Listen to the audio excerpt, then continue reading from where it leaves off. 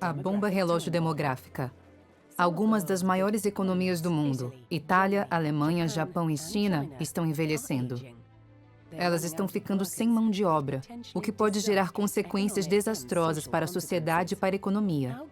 Como as nações poderão lidar com as pressões voláteis na demografia? Essas pressões mudarão o equilíbrio de poder nas próximas décadas?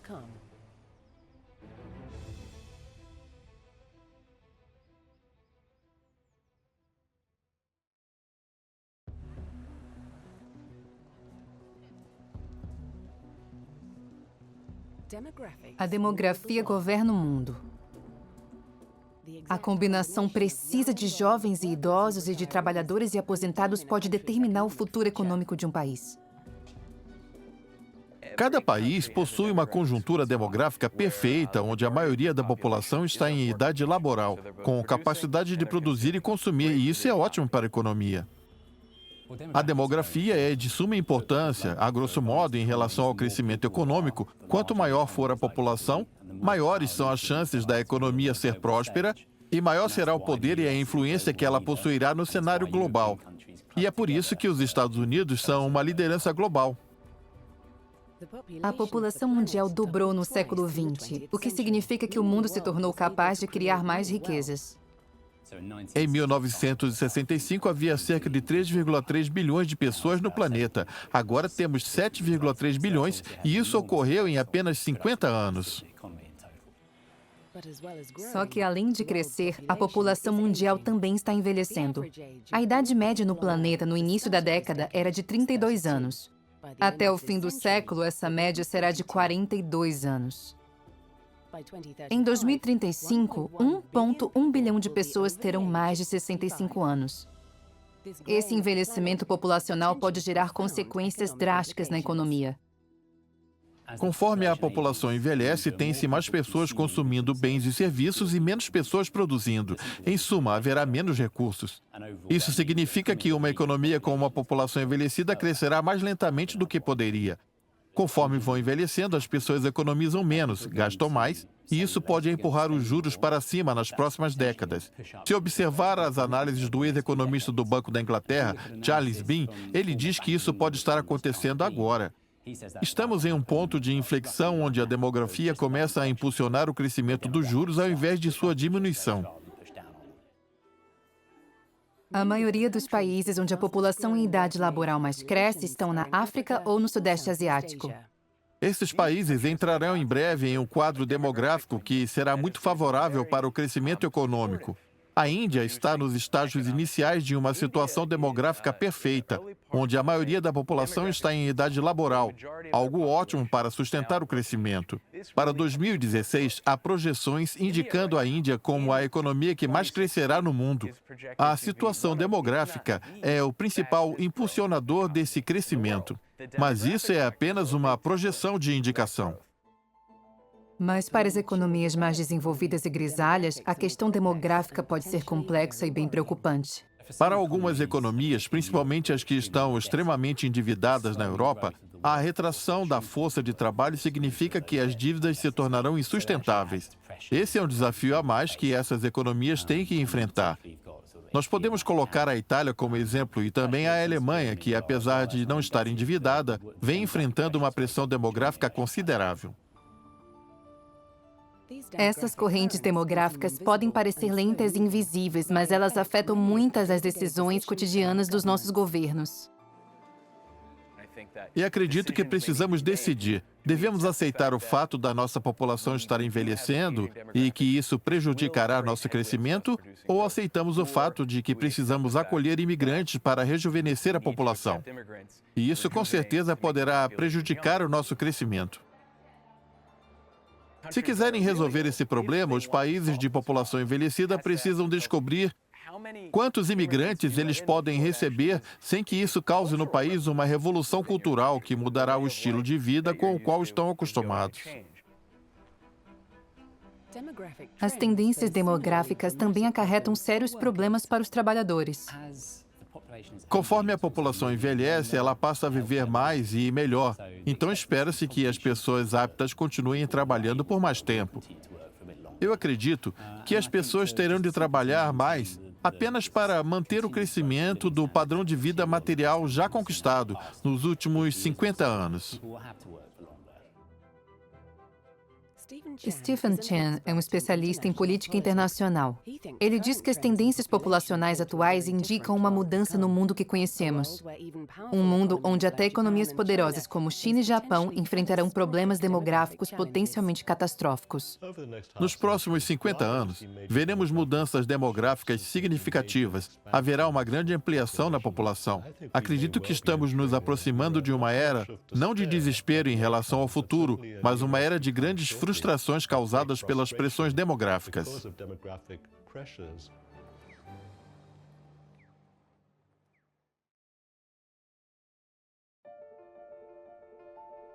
As tendências demográficas estão transformando o nosso mundo.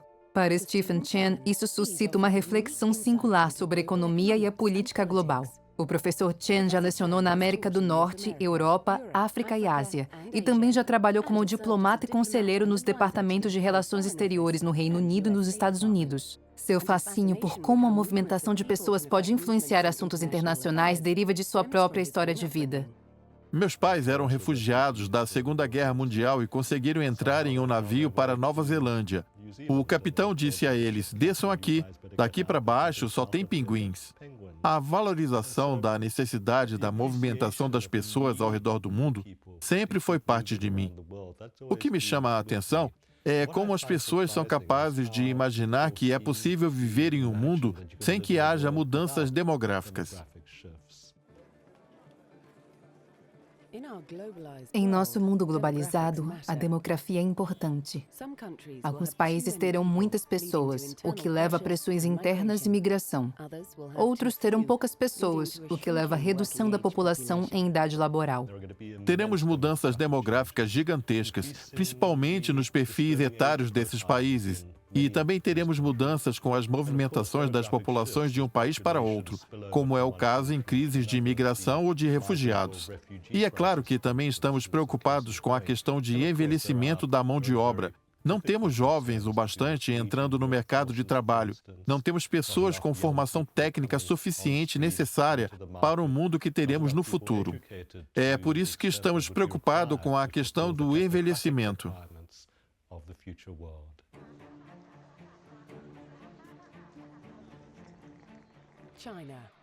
China, o país mais populoso do mundo, esteve enfrentando uma crise demográfica nos últimos 50 anos.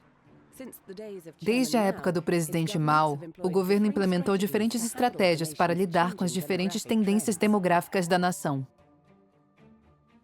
O presidente Mao nunca foi o melhor planejador do mundo. Ele tinha extravagâncias e mudanças de humor. Mas eu acredito que havia lá a presença do tradicional impulso chinês de obter poder por meio de uma população vasta. É algo que possui uma base histórica. Fato é que o crescimento populacional nunca foi viável a partir de um determinado ponto. Até mesmo nos primeiros anos da Revolução Comunista, havia uma grande escassez de alimentos. Isso nos primeiros anos apenas.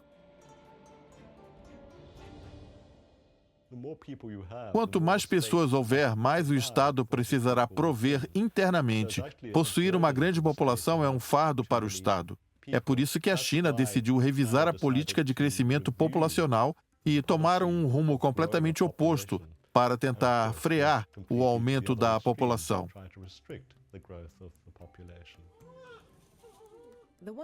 A política do filho único de Mao teve um resultado radical.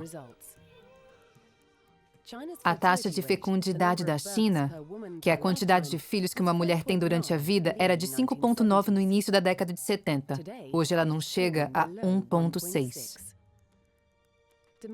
Os demógrafos estimam que um país precisa de uma taxa de fecundidade de 2,1 para que a população se mantenha estável. A China está à beira de um abismo demográfico, o que pode acarretar consequências demográficas terríveis. Quando observamos a China de hoje, Vemos uma liderança que percebeu que insistir na política do filho único trará nada além de problemas ao longo prazo, especialmente quando se tem uma população que envelhece sem ter ninguém para cuidar dela, pois há apenas um filho. Você não tem mais vários filhos ou uma família extensa com vários filhos para realizar esses cuidados como antes. A partir daí, a população envelhecida se torna um fardo para as aspirações dos mais jovens. Por isso que a política do filho único não poderia dar certo. Somente agora, o problema maior se tornou aparente. A população chinesa em idade laboral começou a diminuir em 2012. A segunda maior economia do mundo está perdendo trabalhadores. Até 2025, haverá 316 milhões de chineses acima dos 60 anos. Esse número é quase igual à população dos Estados Unidos hoje. Em 2015, a China abandonou a política do filho único. Eu diria que a China se preocupa com o seu futuro no curto e no médio prazo. Teremos um intervalo de até 20 anos antes que essas crianças cresçam, sejam educadas e estejam aptas a se tornarem uma força de trabalho competitiva. Até que isso aconteça, haverá uma escassez não somente nos investimentos na educação desses jovens, mas também na capacidade do Estado de sustentar a população que está se aposentando antes que a população jovem esteja economicamente madura para ajudar nessa tarefa.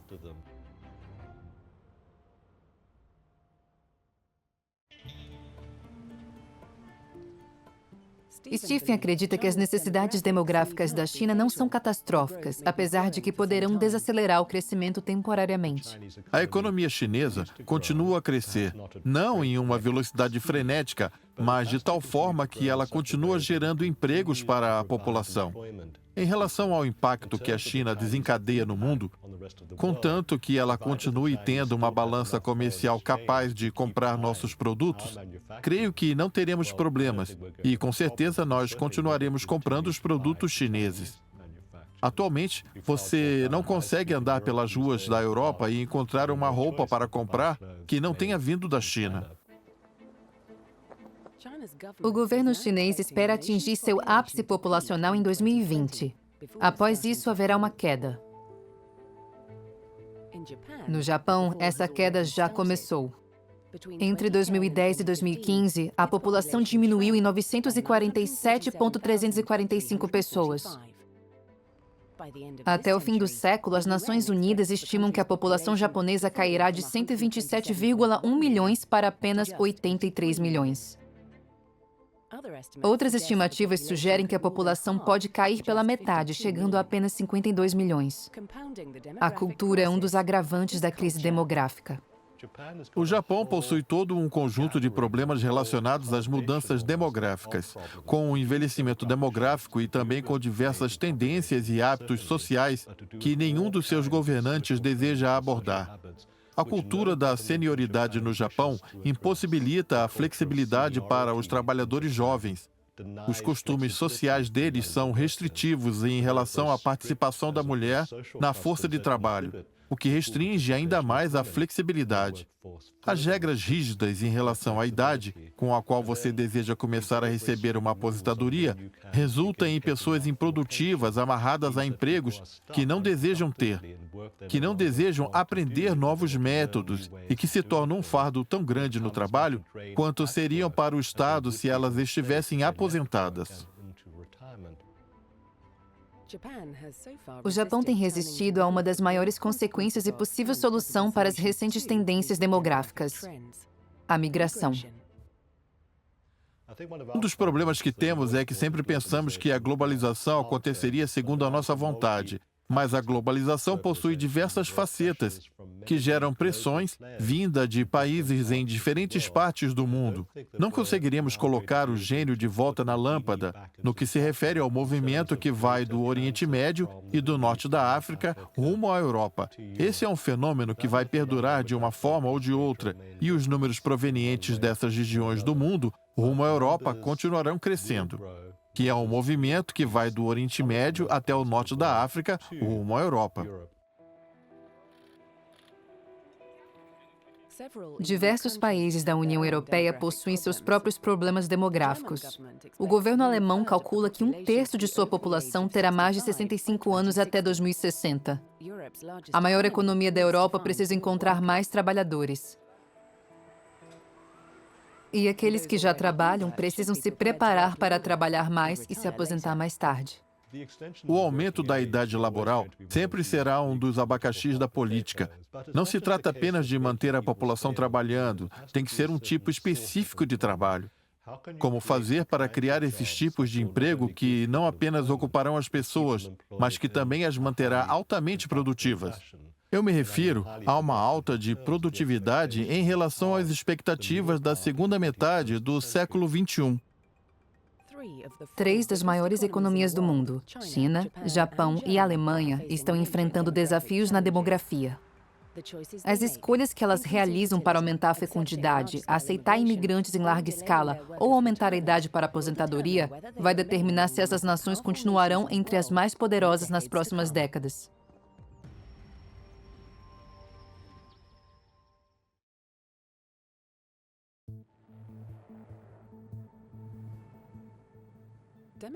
As tendências demográficas estão abalando a Europa. A maior economia do continente enfrenta uma crise populacional. A Alemanha possui a maior população acima dos 65 anos da União Europeia. A economia já enfrenta carência de mão de obra especializada em algumas áreas.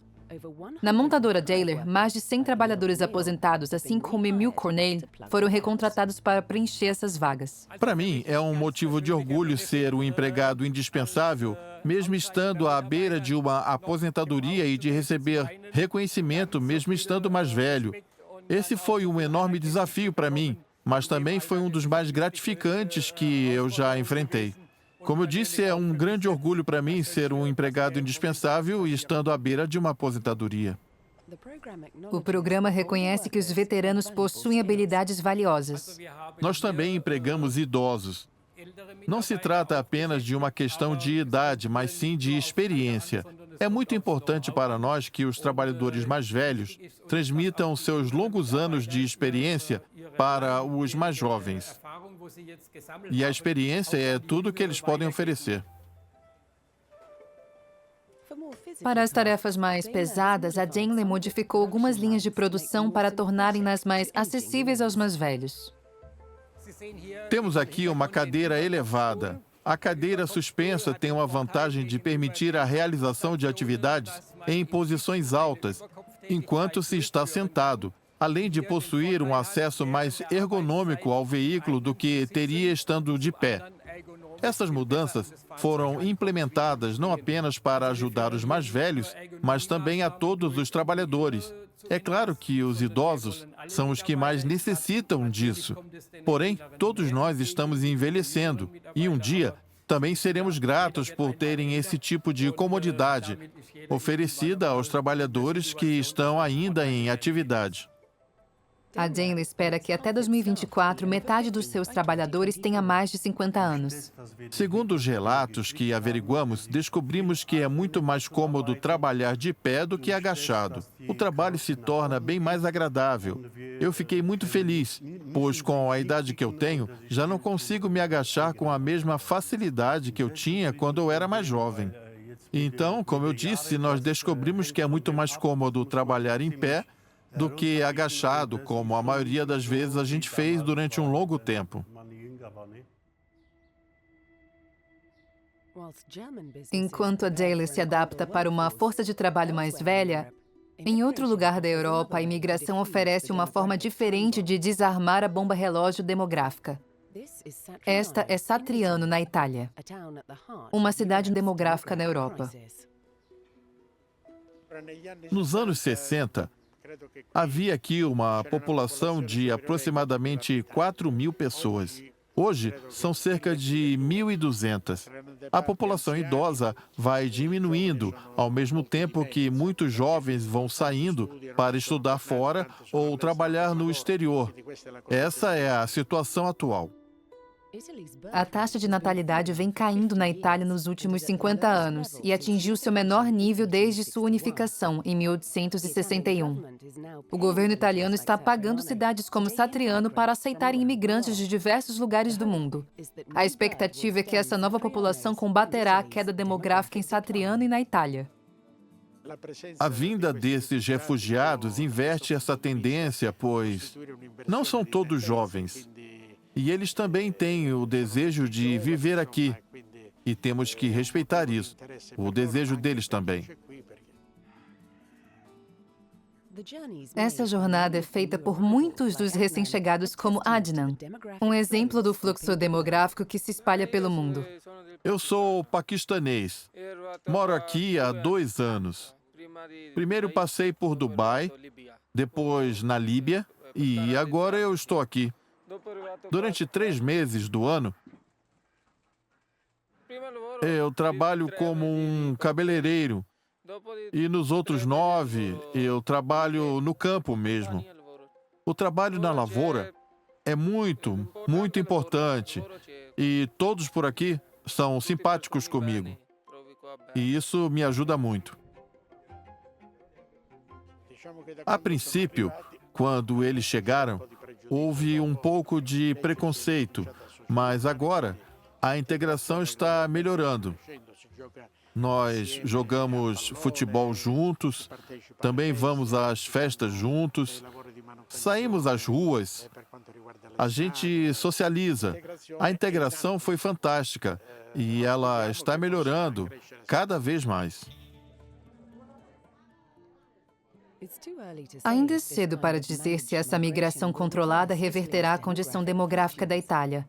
Mas ela fez de Satriano um lugar mais agitado e serve como uma vitrine que mostra como as tendências demográficas já alcançaram todas as comunidades do mundo em algum momento do passado. Estou de acordo com o que está acontecendo. No passado, os italianos emigraram para a Argentina, levando malas e caixas de papelão nos braços, pois fomos mandados para lá. A situação aqui é a mesma.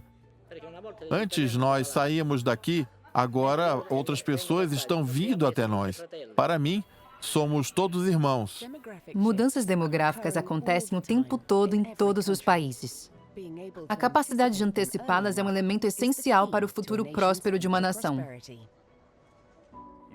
Vamos colocar da seguinte forma: há 2 maneiras dos cidadãos contribuírem para a economia. Eles podem produzir e também podem consumir. Quando muitas pessoas atingem uma determinada idade e deixam de trabalhar, você, de repente, passa a ter na economia pessoas que consomem, porém não produzem mais. Isso dificulta o crescimento de um país. Os governos não elaboram políticas de longo prazo, enfrentam consequências demográficas, ou melhor, seus descendentes enfrentarão as consequências. Esses países que possuem políticas capazes de atender às suas necessidades relativas às mudanças demográficas são os que mais terão sucesso no futuro.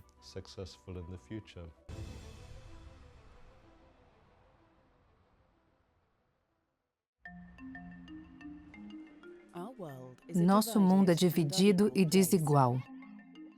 Em uma economia competitiva, você sempre terá uma desigualdade. Terá aqueles que são muito bem-sucedidos e aqueles que não são. Mas o problema está nos extremos. O 1% mais rico da população concentra metade da riqueza do mundo. As 62 pessoas mais ricas do mundo possuem a mesma riqueza que os 50% mais pobres. É uma estatística assombrosa. Se você observar o salário dos diretores executivos, ele subiu de 50 vezes o salário do trabalhador médio há 30 anos para 300 vezes hoje. Isso pode ser um problema, não apenas para os investidores, mas também para os trabalhadores. A desigualdade se tornou o maior problema econômico do século XXI. Mas a preocupação com a desigualdade não é novidade. Se olharmos para a história dos Estados Unidos, veremos uma enorme desigualdade salarial entre as décadas de 1880 a 1890. Ela alcançou um grande patamar, até colapsar, momento no qual inúmeros presidentes e administrações elaboraram políticas sobre o assunto. Para equilibrar essa disputa, leis trabalhistas foram implementadas, normas tributárias foram alteradas e essa situação perdurou por toda a Segunda Guerra Mundial até a década de 60. Porém, na década de 80, a legislação tributária foi alterada e a economia mudou. Desde então, estamos vendo a desigualdade de renda crescer. Isso é importante, pois a desigualdade de renda acaba por contribuir com a desigualdade de riquezas. A riqueza gera poder na política, na liderança das corporações e em muitos outros aspectos da economia. Quando muita riqueza se concentra em poucos indivíduos em uma economia ou em um país, eles tendem a exercer um alto grau de controle sobre a criação de políticas públicas e econômicas. Por conseguinte, tornando-se capazes de incorporarem políticas que podem aumentar ainda mais seus níveis de riqueza. Isso quando muita riqueza se concentra em poucos indivíduos. A desigualdade não se trata apenas de equidade. Economistas temem que níveis extremos de desigualdade possam ter vários impactos na economia das empresas e dos governos. Isso realmente afeta o ritmo no qual a economia mundial está crescendo. Por exemplo, os mais ricos, ao ganharem mais dinheiro, tendem a gastar menos. Desta forma, você terá menos consumo e, por consequência, a economia crescerá menos. Esse é um dos efeitos. Outra repercussão é que as famílias de renda baixa e média tendem a se endividarem para sustentar seu consumo, dessa forma criando riscos. Os níveis mais espantosos de desigualdade podem ser observados nas regiões em desenvolvimento. Aqui a desigualdade aparenta ter um efeito corrosivo em toda a economia. Outra coisa que encontramos nos mercados emergentes é uma correção entre a desigualdade e os níveis de corrupção. Nos lugares onde o governo não é efetivo, você pode não receber a educação ou as normas adequadas que permitam a todos serem bem-sucedidos. Se você observar, a Primavera Árabe no norte da África e no Oriente Médio, a raiz do problema estava nas oportunidades econômicas. Se houver desigualdade extrema, poderá haver instabilidade política. Se você estiver no topo da pirâmide, é tentador pensar que a desigualdade não te afetará. Porém, essa complacência pode ser perigosa. É óbvio que a desigualdade é prejudicial às pessoas na base, principalmente aquelas nos níveis mais baixos. No topo, pode existir os riscos de o que a desigualdade extrema pode gerar. Pode haver instabilidade política? Podem ser criadas novas leis? Novos tributos?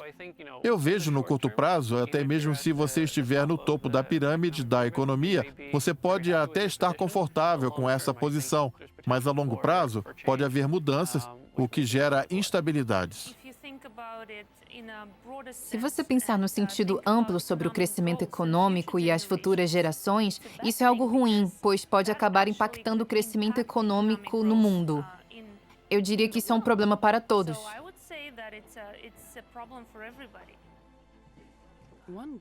Uma economia global está convencida de que a desigualdade afeta a vida dos humanos até mesmo nas regiões mais ricas do mundo. E de que, se quisermos maximizar o crescimento e a coesão social, esse é um problema que não podemos mais ignorar. A desigualdade de renda absoluta, na minha opinião, é o que deveria ser discutido. Há um efeito cascata evidente, seja no acesso à educação, no acesso à saúde, na política ou na expectativa de vida. Está bem claro que a desigualdade de renda é o que regula esses outros parâmetros.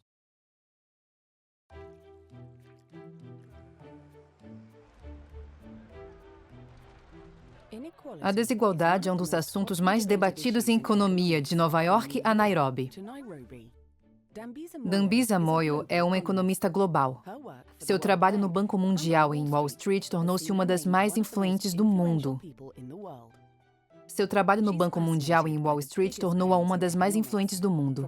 Ela é fascinada pelas grandes tendências da economia, das políticas de desenvolvimento na África aos preços de commodities na China. Hoje, sua atenção está voltada para a desigualdade. A desigualdade de renda é especialmente problemática enquanto fator determinante dos padrões de vida vigentes em muitas sociedades.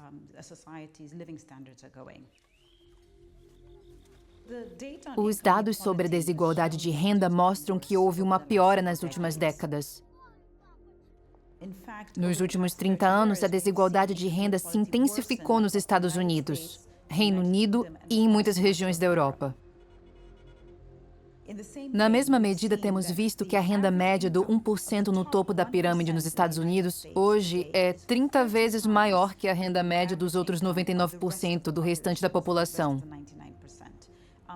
Compare esse número aos de 30 anos atrás, de 1978, onde a renda do 1% era apenas 10 vezes maior.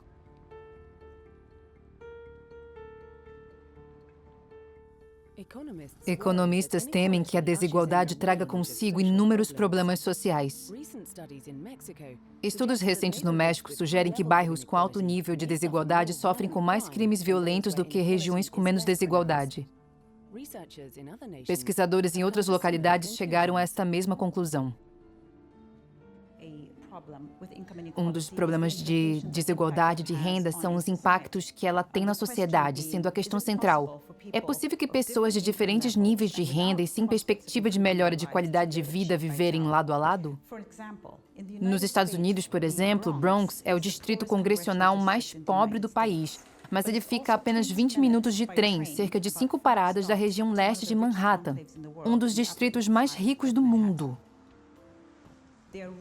Há dúvidas acerca da sustentabilidade dessa vivência próxima no longo prazo, dado a riscos de criminalidade e pobreza extrema.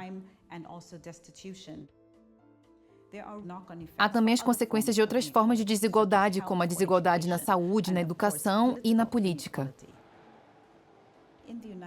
Nos Estados Unidos, cerca de 158 famílias são responsáveis por aproximadamente 50% do financiamento das campanhas eleitorais do país. Isso levanta questões sobre a confiabilidade da democracia e sobre a representação política no processo democrático.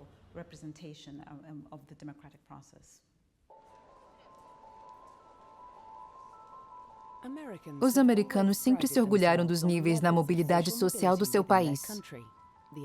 A capacidade de uma pessoa ser bem-sucedida sem importar as condições nas quais nasceu. Mas algumas evidências recentes indicam uma mudança. Há um aspecto mais fundamental ao lidarmos com o problema da desigualdade de renda que gira em torno da mobilidade social. A mobilidade social diz respeito às crenças da população e ao acesso a oportunidades de melhoria da qualidade de vida e de subsistência em um determinado período de tempo. Eu acredito que a causa da desigualdade de renda está na queda da mobilidade social, especialmente nas sociedades ocidentais. Para se ter uma noção, atualmente nos Estados Unidos, se você nascer dentre os 20% mais pobres, se você não tiver um diploma universitário, você terá apenas 5% de chance de se tornar um dos 20% mais ricos. Isso mostra que a desigualdade de renda está se ampliando e também mostra que há problemas envolvendo a mobilidade social e a capacidade das pessoas de realmente transformarem suas vidas e ascenderem nos níveis de renda. Além de afetar a mobilidade social, níveis extremos de desigualdade de renda podem frear o crescimento de toda a economia. O motivo pelo qual esse dado é importante é que a OCDE estima que isso tem custado aos países desenvolvidos cerca de 8,5% do PIB nesse período. Em outras palavras, por conta da desigualdade de renda e dos amplos efeitos do aumento da divisão entre ricos e pobres nos Estados Unidos e na Europa, temos visto o crescimento do PIB cair 8,5% nos últimos 25 anos. Hoje, há sérias preocupações em relação ao impacto que isso terá no futuro. Diversas projeções atuais mostram que o crescimento econômico está desacelerando e que os efeitos em cascata da desigualdade econômica se intensificarão.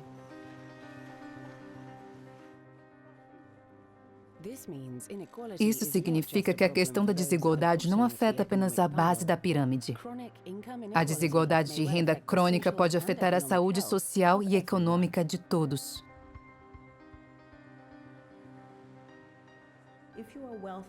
Se você é rico e vive em uma região urbana, por exemplo, O fato de que você lida diariamente com pessoas de níveis de rendas inferiores e que possuem menos expectativas de melhorias de condições impacta diretamente na segurança, bem como no seu próprio padrão de vida na medida que a sociedade como um todo não estará se desenvolvendo. E não se trata apenas na redução do padrão de vida dos mais desfavorecidos, mas da redução para a sociedade como um todo, pois o crescimento de uma sociedade está intimamente ligado ao desempenho médio de todas as pessoas.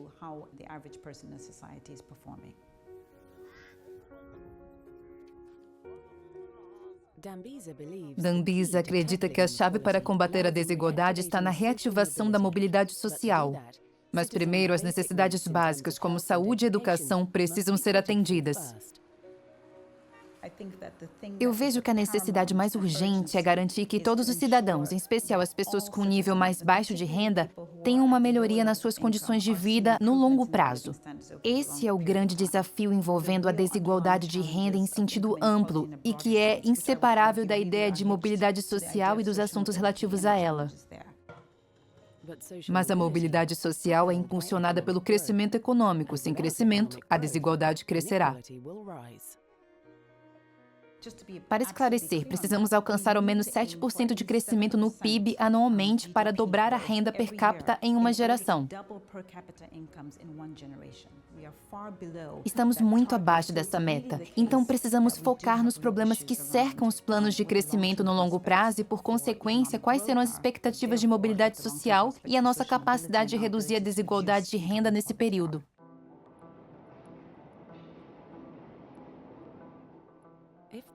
Se a questão da desigualdade é preocupante no Ocidente, ela se torna ainda mais complexa nos países onde a população jovem está aumentando. Para que essas economias tenham uma chance de reduzir a desigualdade, elas devem primeiro criar milhões de empregos. Além dos países desenvolvidos, há preocupações envolvendo o crescimento da desigualdade de renda, sobretudo nos mercados com economias emergentes como Brasil, Índia e África do Sul.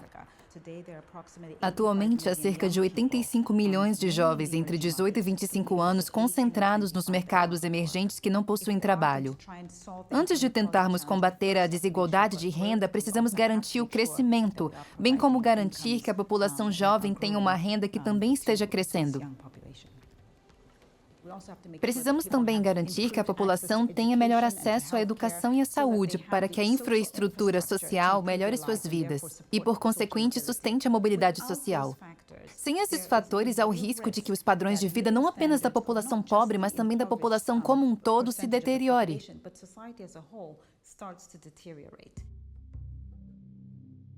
A África do Sul é um dos países desiguais do mundo. Aqui, as consequências da desigualdade na segurança da sociedade são visíveis e reais. Porém, as empresas estão tentando restaurar a mobilidade social e salvar a economia.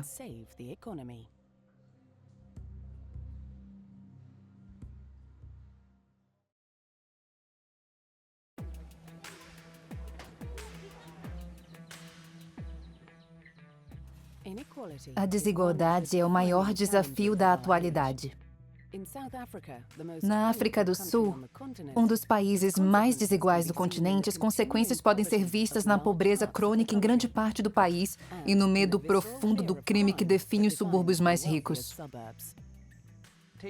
Ao olhar para o quadro geral, no bem-estar de um país no longo prazo, não é saudável ter uma distribuição de riquezas tão assimétrica e desigual.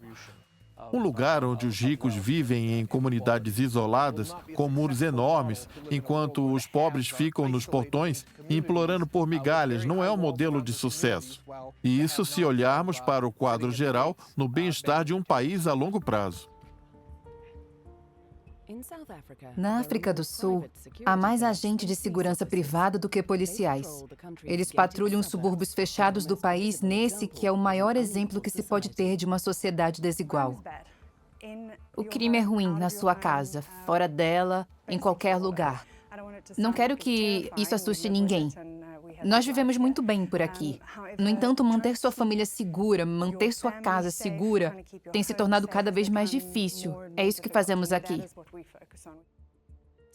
A CSS Tactical é uma empresa de segurança privada em Joanesburgo que emprega 750 funcionários. Nossa abordagem possui diversas camadas de segurança. Você tem a resposta armada, as patrulhas proativas, onde os veículos não ficam parados apenas esperando serem chamados. Eles estão presentes na área que patrulham, estão dirigindo pelas ruas. E nós temos um software inteligente que nos alerta sobre comportamentos suspeitos. Se você está andando pela rua, voltando do trabalho às 5 da tarde, isso é algo normal. Já se você estiver na rua às 3 da madrugada, esse é um comportamento anormal. Estamos sempre atentos ao que acontece na vizinhança, não estamos apenas esperando por um chamado. O medo do crime está dividindo Joanesburgo em duas metades. A cidade registrou 21 mil roubos no último ano. Joanesburgo é a capital financeira, logo, há uma maior concentração de riquezas e de pessoas ricas e de várias coisas para se roubar. Há uma gigantesca linha que separa os ricos dos pobres. O desemprego é generalizado e, infelizmente, para algumas pessoas, o crime é visto como uma forma de subsistência. Unfortunately, people have not seen that, crime is a way to make a living. Hoje, a África do Sul é mais desigual do que era durante o apartheid. Porém, algumas empresas no país tentam ativamente revigorar a mobilidade social.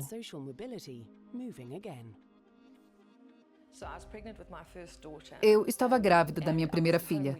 Nós morávamos ao lado de uma fazenda e, durante o dia, eu costumava conversar com as mulheres que trabalhavam por lá. Elas comiam alface lá e elas realmente tinham muito potencial dentro de si, porém, não tinham nenhuma oportunidade de sair dali. Não havia oportunidade de treinamento ou de melhoria e eu percebi também que não havia o poder da possibilidade. Erin, junto de sua irmã Maeve, decidiram fundar a Magwanani, uma clínica de spa. O plano delas era recrutar trabalhadoras nas regiões rurais mais pobres. Elas estavam todas lá, as mulheres que trabalhavam no campo. Então elas foram todas para casa, falaram com suas irmãs e tias que estavam desempregadas e nós as treinamos. E sabia da importância da Magwanani e o que poderíamos fazer pela África do Sul. Eu rapidamente me dei conta da quantidade de vidas que eu poderia mudar. Christine Boudelaise foi uma das primeiras mulheres contratadas por Erin e Maeve. Era um final de semana, eu estava a caminho da igreja e encontrei a Maeve, que me deu uma carona. Então, ela me disse, com o que você está trabalhando no momento? Você ainda estuda? E eu disse, atualmente eu trabalho na fazenda.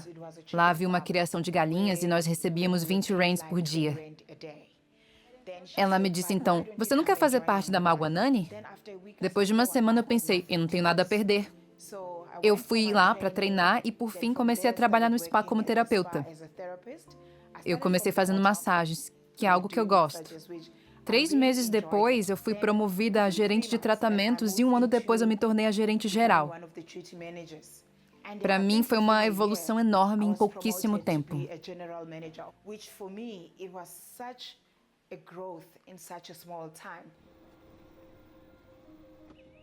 A Magwanani se tornou uma prolífica criadora de empregos que se expandiu pela África do Sul e levou milhares como Christine, da pobreza rural, a um cargo de chefia.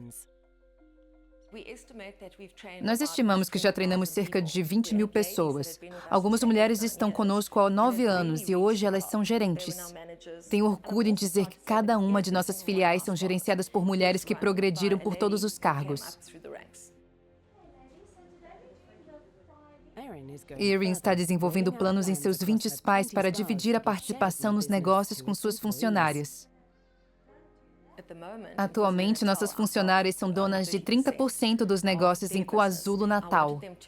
Eu quis que elas tivessem parte dos negócios, pois quando você realiza tantos tratamentos assim por dia, você está dando muito de si.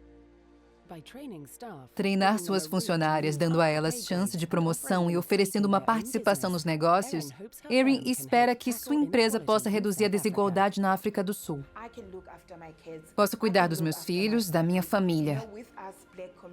Nós, das comunidades negras, cuidamos de muitas famílias. Sou eu quem sustenta a minha casa. Todos dependem de mim. Apesar de que há também outras pessoas trabalhando, mas na maioria das vezes a responsabilidade é minha. A Mangwanani nos fez crescer, nos deu esperança, nos fez sonhadoras. A desigualdade é a característica mais forte da economia sul-africana. Mas se a mobilidade social for restaurada, essa situação poderá mudar.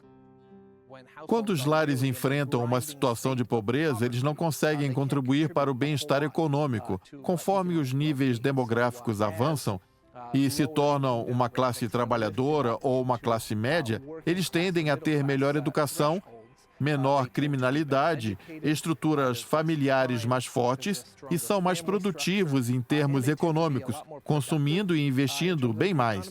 Uma classe média e uma classe trabalhadora fortes são o pilar de uma democracia saudável, em prol de um bem-estar econômico. Estou cautelosamente otimista com o futuro. Acredito que o caminho rumo ao crescimento econômico, à mobilidade social e à redução dos índices de desigualdade no mundo é possível, mas não sem que antes sejam feitas escolhas difíceis, seja aumentando o crescimento econômico ou a mobilidade social. Precisamos solucionar esses problemas para evitar uma situação que desagrade a sociedade e a população.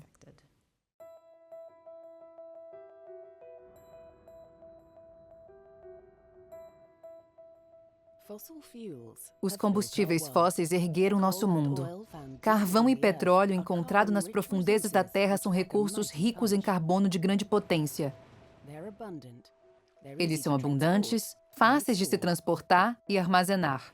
Se os combustíveis fósseis não tivessem sido explorados, a Revolução Industrial não teria acontecido, nossa agricultura seria insustentável. Nós teríamos uma dificuldade enorme de alimentar a população atual e sequer teríamos celulares, eletricidade e outras coisas do tipo. Certamente seria trabalhoso erguer nossa civilização sem os combustíveis fósseis.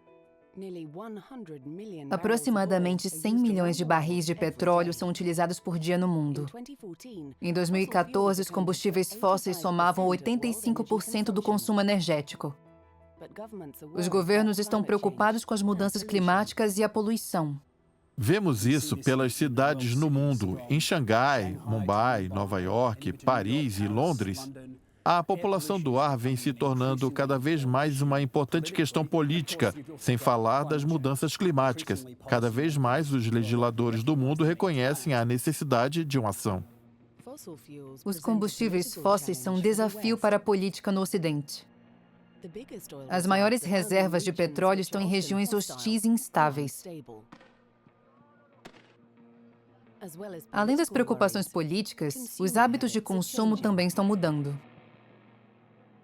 Historicamente, o sistema energético é dirigido por grandes investimentos feitos por grandes empresas, apoiadas pelo governo, e a cada dia que passa, os consumidores vêm tendo mais opções de produção de energia e de fazerem suas próprias escolhas. Eles podem, por exemplo, instalar painéis solares nos telhados, podem investir em estocagem de energia, podem até comprar um veículo elétrico. Até recentemente, nós éramos consumidores ignorantes. Não tínhamos informações sobre o que comprávamos. Remover os combustíveis fósseis da nossa matriz é uma tarefa desafiadora. É algo que pode abalar os pilares da nossa economia. Se de um dia para o outro mudássemos dos combustíveis fósseis para os renováveis, teríamos um caos generalizado, porque nós ainda não descobrimos como faremos isso. Porém, o custo da energia está se alterando. As crises financeiras do início do século XXI podem ter alterado a economia do mercado de energia. Eu acredito que a crise financeira teve dois efeitos. Primeiro, ela gerou mais de 190 bilhões de dólares em investimentos para a economia sustentável. A produção industrial caiu, a demanda por energia caiu, os lares prosperaram. Ficaram mais conscientes sobre o seu consumo de energia, começaram a buscar formas de reduzir suas despesas. Combinando uma demanda enfraquecida com energia sustentável, você criará o princípio da revolução que observamos hoje. As consequências dessa revolução podem ser observadas por todo o mundo. Em 2014, 9,5% da energia gerada na Grécia era solar. Na Itália, o total era de 8,7% e na Alemanha, o total era de 6,3%. Esses números não são grandes, mas eles ilustram a possibilidade de se ter uma economia movida em grande parte por fontes renováveis intermitentes sem nenhum problema. O custo da energia solar caiu 75% nos últimos 5 anos. A energia eólica ficou 25% mais barata no mesmo período. Essas duas fontes energéticas agora competem diretamente com as fontes tradicionais de energia elétrica. Agora, a questão é como integrar um sistema que possui uma oferta viável e intermitente e uma demanda variável e os aspectos técnicos de como fazer isso dar certo em um sistema com pouco carbono. Tony Seiber é um escritor, acadêmico e investidor em energia renovável que acredita que não só as fontes renováveis funcionarão, como também que já estamos em meio a uma revolução energética que, em 2030, anunciará o fim dos combustíveis fósseis. Essa revolução transformará a vida de todos no planeta. E a causa desse movimento não é a poluição ou a política, é o preço. Logo, será do interesse econômico particular de todos a aquisição de painéis solares, baterias e carros elétricos. É assim que as revoluções tecnológicas acontecem, por razões puramente econômicas.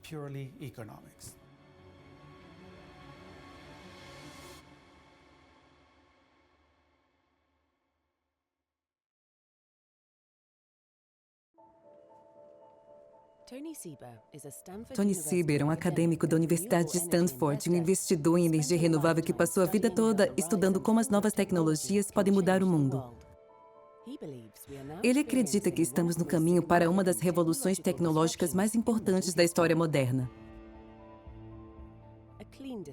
Uma revolução limpa que até 2030 provocará o fim da matriz energética atual e fornecerá energia limpa em todos os cantos do mundo. Essas são as 4 tecnologias essenciais que revolucionarão a questão da energia e do transporte: baterias, energia solar, veículos elétricos e carros autônomos.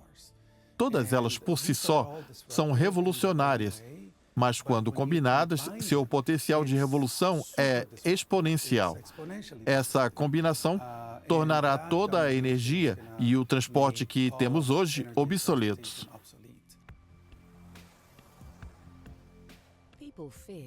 As pessoas temem as revoluções, mas Tony Seiber diz que elas não deveriam temer.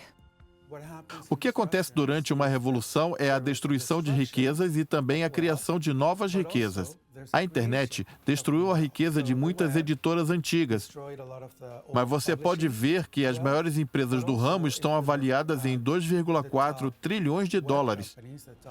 É isso mesmo, 2,4 trilhões de dólares. Essa é considerada a nova riqueza.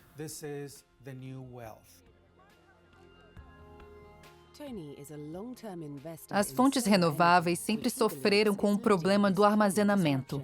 A capacidade de estocar energia o bastante para quando não houver sol ou vento. Mas a questão financeira também está mudando nesse quesito. A adoção da energia solar está duplicando a cada 2 anos, desde 1990. Na Austrália, há 1,5 milhão de lares com energia solar, o que representa 25% da população. A energia solar nos telhados australianos, sem subsídios, é a mais barata do que o custo de transmissão. Pense nisso como uma oferta de modelo atual de geração de energia em uma central. Mesmo se o custo de geração para uma usina nuclear ou de carvão for zero, ela ainda não conseguirá competir com a energia solar devido ao alto custo da transmissão. As fontes renováveis sempre sofreram com o problema do armazenamento. A capacidade de estocar energia o bastante para quando não houver sol ou vento. Mas a questão financeira também está mudando nesse quesito. As baterias de íons de lítio são atualmente a forma mais avançada de armazenar energia. Essas baterias também estão sendo aprimoradas em cerca de 16% por ano em relação a dólares por quilowatt-hora. Se mantivermos essa curva de custo de 16% até 2020, uma residência média nos Estados Unidos, que consome mais eletricidade por per capita do que qualquer outro planeta, será capaz de armazenar o suficiente para um dia de consumo por $1. Na Austrália, já está se tornando economicamente viável armazenar algumas horas de eletricidade. Dentro de 4 ou 5 anos, o custo disso será o mesmo que o de um copo de café. Você pode armazenar várias horas de luz solar todos os dias por um preço de um café. A energia solar, sem subsídios, já é a forma mais barata de energia. Estamos próximos de uma virada, e durante uma virada é quando a tecnologia começa a acelerar. A demanda cresce drasticamente e a revolução acontece muito rapidamente. O momento em que as placas solares e as baterias na sua casa, na sua fábrica ou na sua empresa, no seu hotel, estão mais baratas, há também o custo da transmissão. E isso acontecerá em algum momento entre 2019 e 2022. Digo isso em todo o planeta.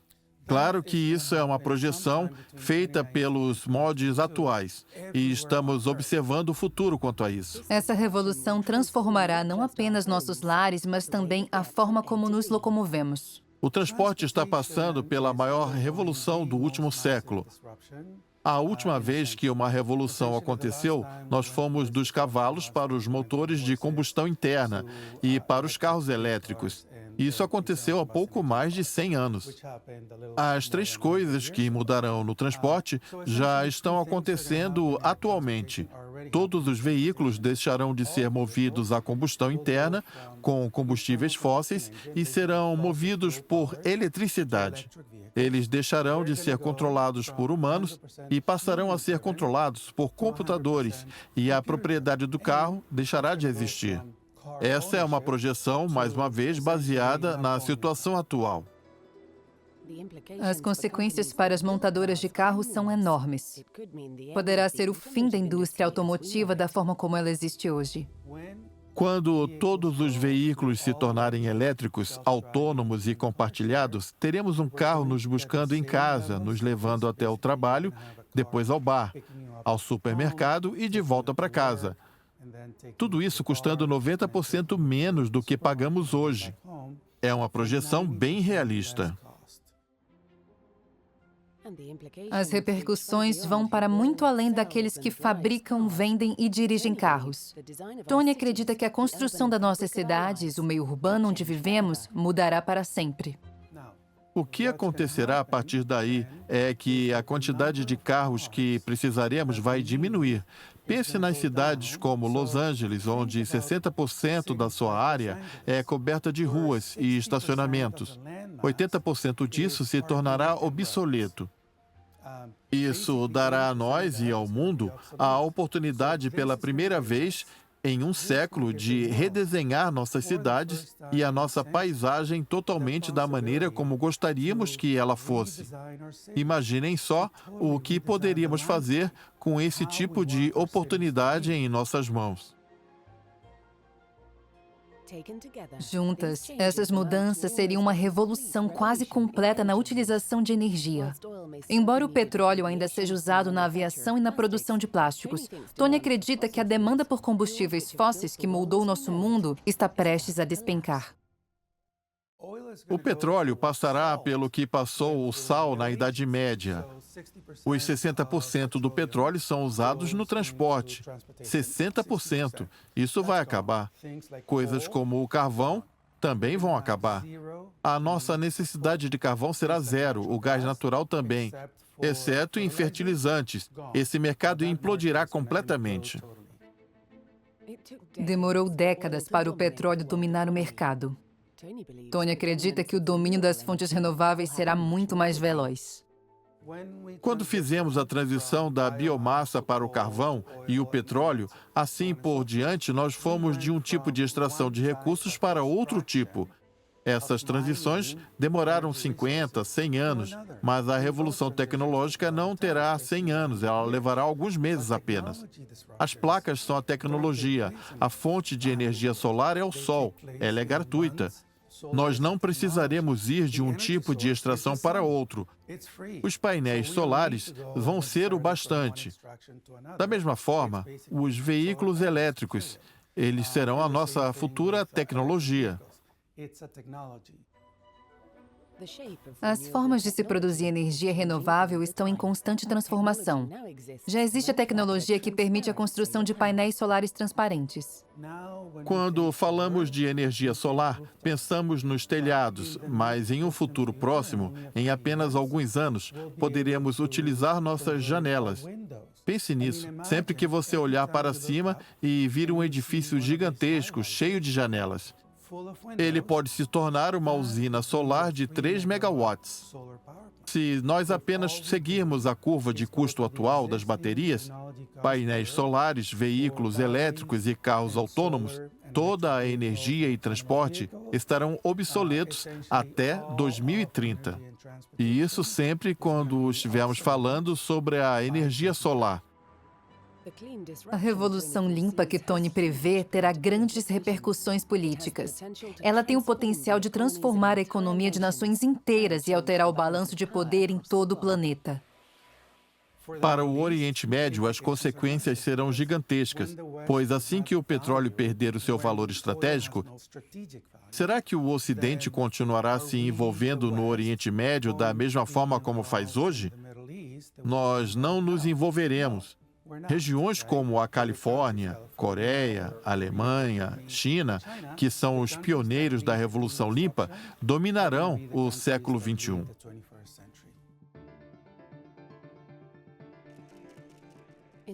No deserto ao norte da África, um país tem recepcionado esse futuro brilhante. O Marrocos acabou de ativar a maior usina solar do mundo. Em breve, a energia vinda do céu será exportada para as economias mais ricas do mundo, com o potencial de transformar a vida de milhões.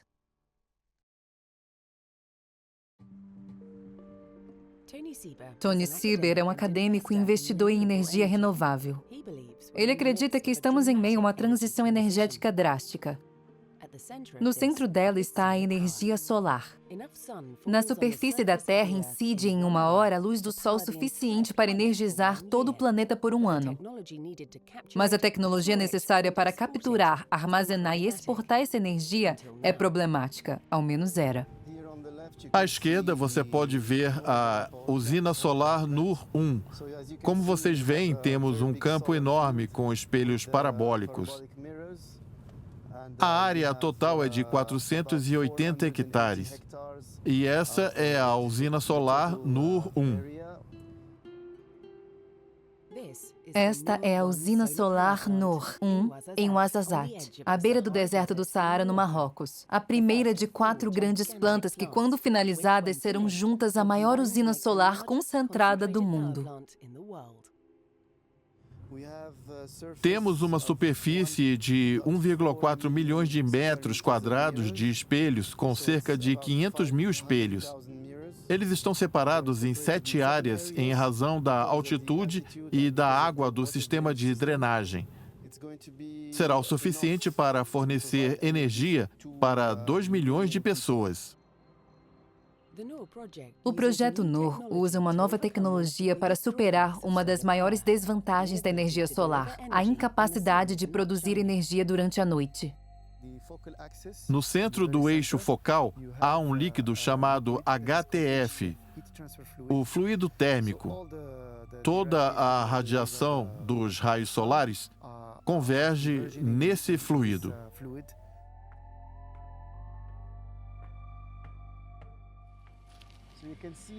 Você pode ver que temos 2 tanques com 45 mil toneladas de sal fundido, que conserva a energia depois da troca de calor com o fluido térmico por cerca de 3 horas. Caso precisarmos produzir eletricidade após o sol se pôr, podemos usar esse sal e fazer a troca de calor com o fluido térmico na água e produzir energia à noite. Nas plantas futuras que estão sendo construídas, nós seremos capazes de produzir energia de 7 a 8 horas a mais durante a noite.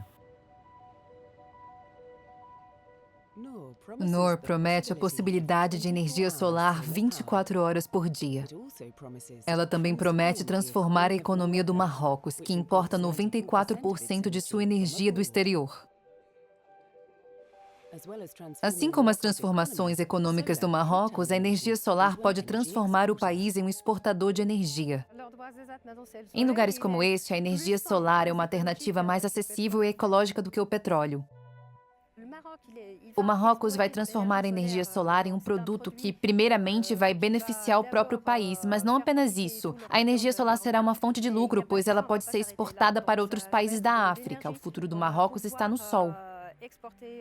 Vers l'Afrique et pourquoi pas dans d'autres pays. Le soleil, c'est l'avenir du Maroc.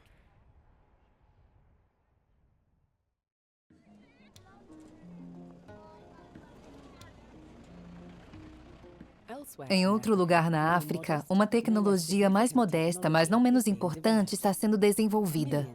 Milhões de sacolas plásticas abandonadas voam pelo interior da África do Sul.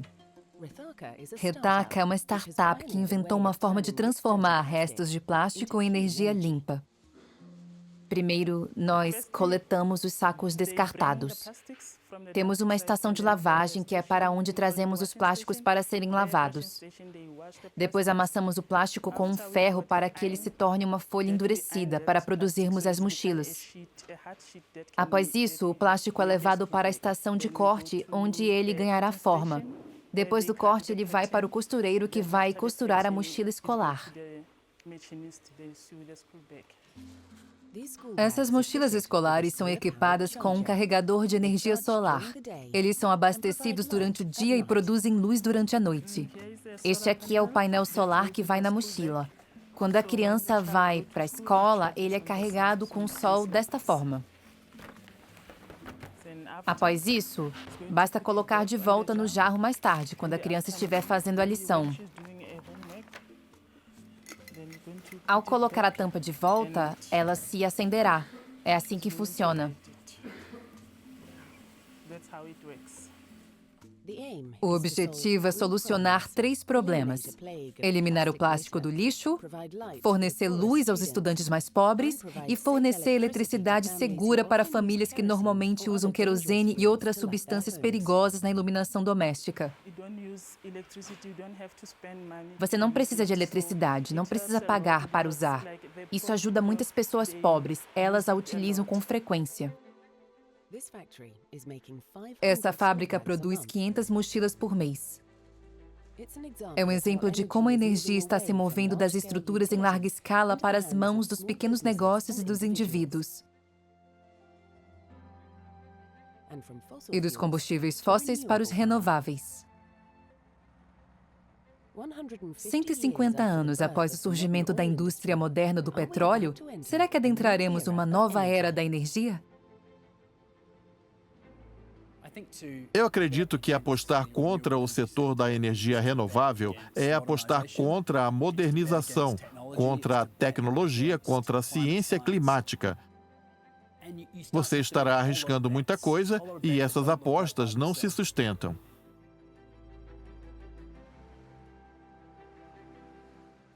Não precisamos de avanços na energia solar ou eólica, nem avanços em carros autônomos ou em baterias.